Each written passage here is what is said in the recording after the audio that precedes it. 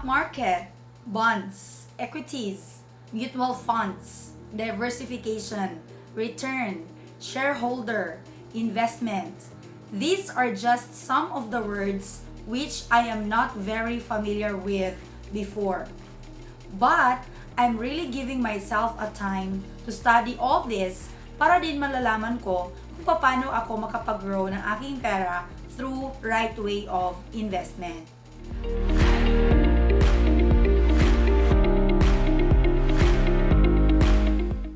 Welcome to my second video content. In this video, pag-uusapan po natin kung paano tayo maging shareholder ng mga different blue chips companies in the Philippines.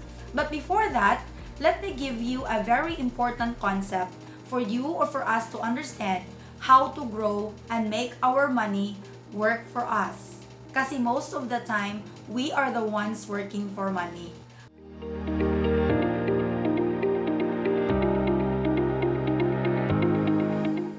Before we can understand how our money will work for us or how our money will grow, we still need to understand Rule of 72 formula. Okay? So Rule of 72 formula is the formula for us to know when our money will double. Okay? So 72 is constant. And then you divide the interest rate of the money you save to this number 72. And then the result is equal to the number of years that your money will double.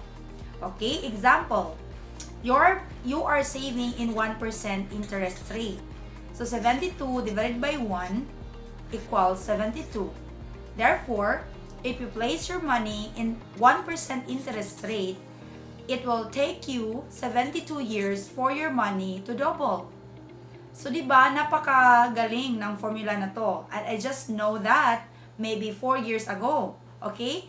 So what if you are going to save your money or you are saving your money at 4% interest or potential return? So 72 divided by 4%, that is equal to 18.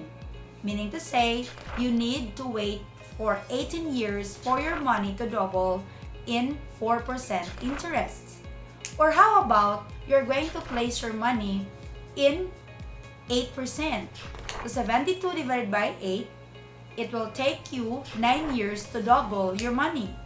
Or how about some will give you, or a certain savings vehicle will give you a potential return of 12%. So it means to say 72 divided by 12, it will take you just 6 years to double your money. So as what you have noticed, guys, it would be very, very important to know when you are going to place your money, that vehicle which will give you a very good interest rate or very good potential return. So if I will ask you, where do you like to place your money? Is it in 4%, 8%, or 12%? Of course, you will choose 12% because it will just take you 6 years to grow your money.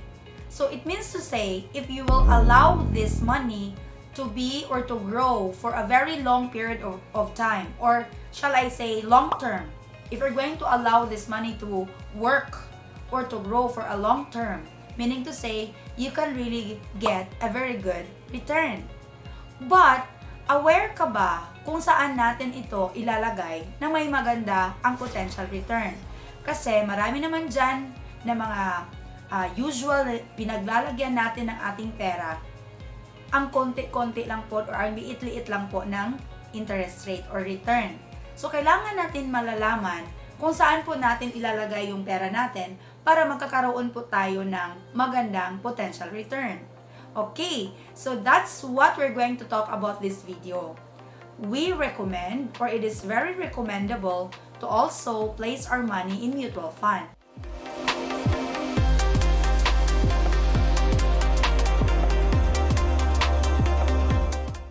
Ano nga ba ang mutual fund? Okay, so simplihan lang natin para hindi tayo masyadong ma-complicate yung mind natin. Okay, so kapag sinasabing mutual fund, ito po yung pool of money from a certain number of investors. Okay, pool of money. Tapos, it would be managed by a professional fund manager depending of the purpose of the fund. Okay? So, tayo po, as an investor of mutual fund, we are shareholders of the different blue chips companies in the Philippines. Okay? So, ano po yung mga different blue chips? What does it mean when you say blue chips? It means stable. It means large companies in the Philippines. And these companies are monitored by Philippine Stock Exchange Index. Okay. So, if you are investor of mutual fund, basically, you are also a shareholder of these blue chips companies. 'Di ba? Ang ganda. Pero, wala po masyadong nagtuturo sa atin kung paano ito. Very simple lang naman. In mutual fund, you can invest or you can start in a minimum amount of 1,000 pesos. So, napaka-affordable and you can now become shareholder.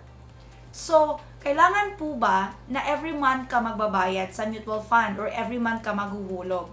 Depende po yan sa goal mo. Okay? It depends on your goal and it depends on your discipline. Kasi of course, we are recommending or we are teaching to change or we want to change people from being a spender to saver. So of course, kapag saver ka na, gawin mo talagang habit na mag-iipon.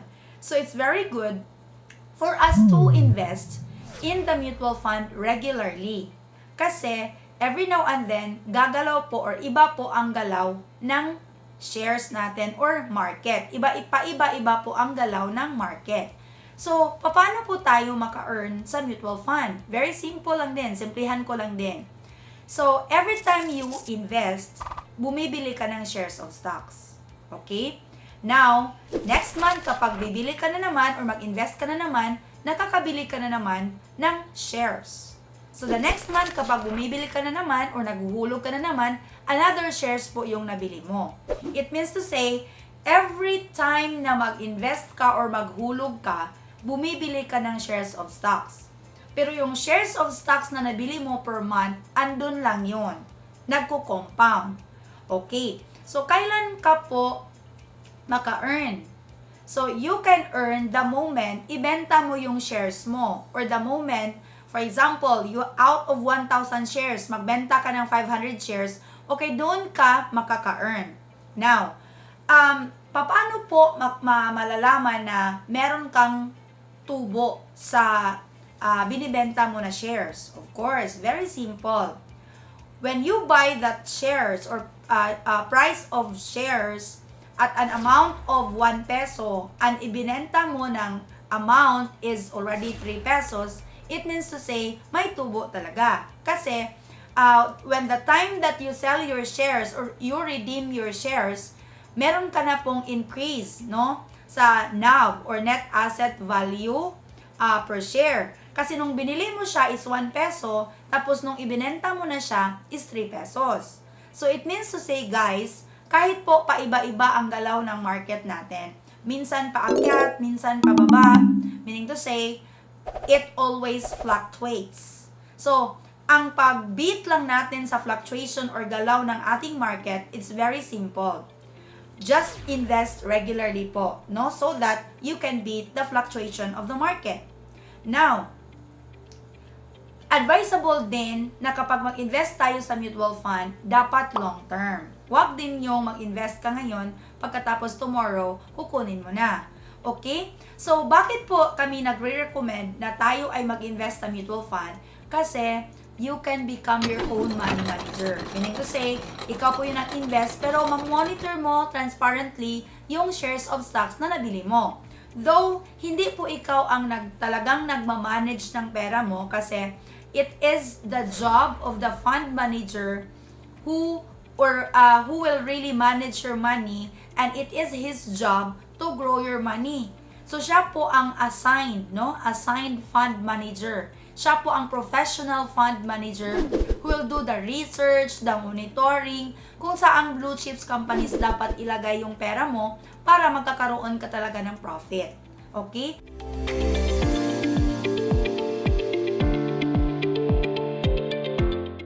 What's the good thing in mutual funds? yung 1,000 pesos natin or yung investment natin is diversified. What does it mean na naman kapag sinasabing diversified? Diversified means, or diversification means, hindi lang po isa na company ang pinaglalagyan ng 1,000 pesos mo or yung investment mo. Kung hindi, it is placed or diversified in 10 maximum securities. Meaning to say, kapag diversified yung pera mo, you take the risk. Wala po, medyo ma-minimize po yung risk natin. Kasi, hindi ko naman sinasabi na kapag mag-invest tayo ng mutual funds, zero risk. Meron pa rin talagang risk. Pero, ang risk ng mutual fund is lesser compared to the risk kapag nag-i-invest ka talaga sa direct stock market. Kasi kapag direct stock market, ikaw mismo ang magmo-monitor, magba-buy and sell, magma-manage ng pera mo. And if you are not expert, it is very obvious na malulugi ka. So, we advise na instead of investing in direct stock trading, dito ka na lang sa mutual funds. Kasi, there is a fund manager who will do the monitoring. Siya na pong bahala magpatubo ng ating pera. Okay?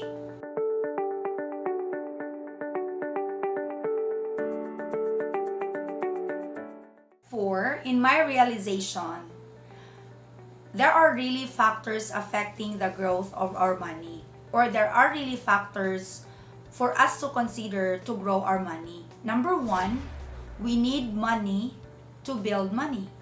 Number two, we need a very good potential return to make our money grow. And number three, we need also to consider time.